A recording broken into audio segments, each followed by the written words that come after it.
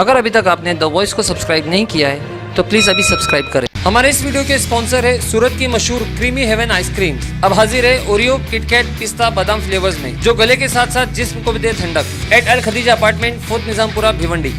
اور quarter get شاہی گلاب والے محمد بھائی کا خواجہ غریب نواز جوس سینٹر، جو کہ مشہور ہے اپنے ہی بنائے ہوئے فلیورز کیسر، شاہی گلاب اور بازورین کے لیے، جو آپ کو ملیں گے کوٹر گیٹ مسجد، امام احمد رضا روڈ، بھیونڈی۔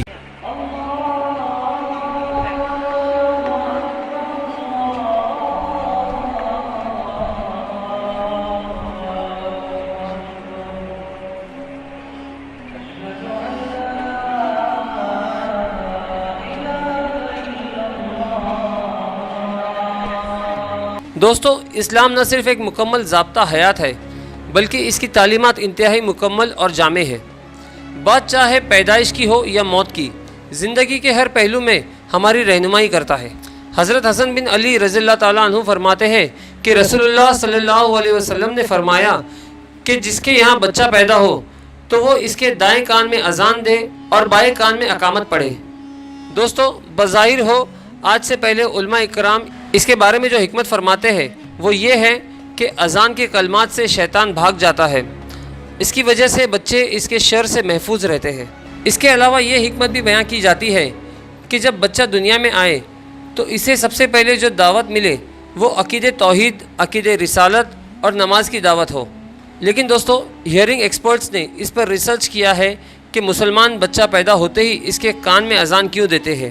ان کا کہنا ہے کہ بچے کے کان میں اذان دینے کی حکمت کا اندازہ اس وقت سامنے آیا جب فرانس میں ایک لڑکی کو ہاسپٹل میں دورے پڑنے شروع ہوئے۔ وہ اپنی ریسرچ میں آگے لکھتے ہیں کہ جب اس لڑکی کو دورہ پڑتا تو وہ جرمن زبان میں بعض مذہبی دعائیں پڑھنا شروع کر دیتی۔ وہ ایک فرینچ لڑکی تھی اور جرمن زبان کا ایک لفظ بھی نہیں جانتی تھی۔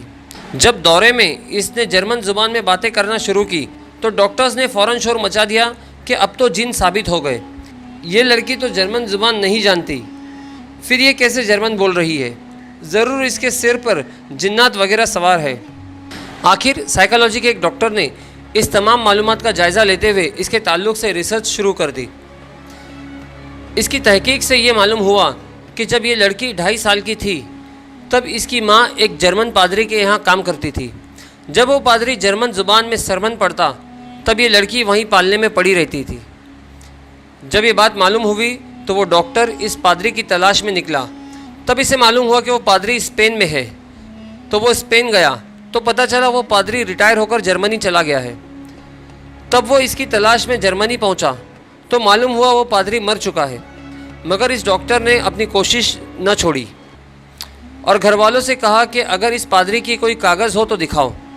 گھر والوں نے تلاش کر کے بعض کاغذات دیے۔ جب اس نے یہ کاغذات دیکھا تو معلوم ہوا وہ دعا جو لڑکی دورے کی حالت میں پڑھتی تھی یہ وہی ہے جو اس پادری کی سرمن تھی۔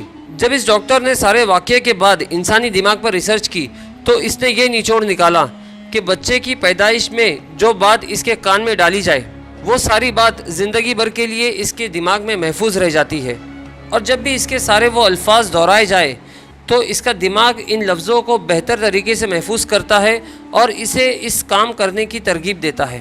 اور یہی وجہ ہے کہ ہمارے نبی حضرت محمد صلی اللہ علیہ وسلم نے فرمایا جب کسی مسلمان کے گھر بچہ پیدا ہو تو اس کے ایک کان میں اذان دو اور دوسرے میں اقامت کہو۔ دوستو، یورپ کے ایکسپرٹس نے تو آج معلوم کیا ہے کہ انسانی دماغ میں سالوں سال کی پرانی چیزیں محفوظ رہتی ہے، مگر ہمارے پیارے نبی حضرت مصطفیٰ صلی اللہ علیہ وسلم نے اس نقطے کی طرف توجہ دلائی اور فرمایا کہ بچوں کے کان میں پیدا ہوتے ہی اذان دو، کیونکہ اب وہ دنیا میں آ چکا ہے اور اس کا دماغ اس قابل ہے کہ وہ تمہاری بات کو محفوظ رکھ سکے۔ دوستو، میری اپنی ذاتی رائے یہ ہے، ایک حکمت یہ بھی ہو سکتی ہے کان میں اذان پڑھنے کی کہ اگر کبھی بچے کے ہوش میں آنے سے پہلے ہی بچہ اپنے ماں باپ یا خاندان سے بچھڑ جائے تو بڑے ہونے کے بعد اسے یہ معلوم رہے کہ یہ کسی کلمہ گو کی اولاد ہے۔ بچپن میں ہی اللہ تعالیٰ کا نام اس کے کان میں محفوظ کر دیا گیا ہے، تو جب بھی یہ بچہ اذان کی صدا سنے گا تو کھینچا چلا آئے گا۔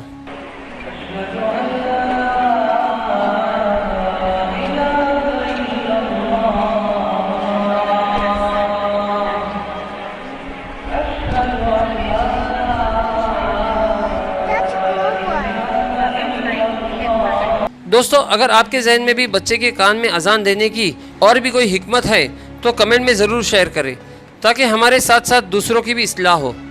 اسی کے ساتھ ہماری آج کی ویڈیو ختم کرتے ہیں۔ امید کرتے ہیں کہ آپ کو ہماری ویڈیو پسند آئی ہوگی۔ آپ اسے زیادہ سے زیادہ لائک کیجئے، شیئر کیجئے اور کمنٹ میں اپنی رائے دینا نہ بھولیں۔ ملتے ہیں کل ایک نئی ویڈیو کے ساتھ میں، تب تک کے لیے اللہ حافظ۔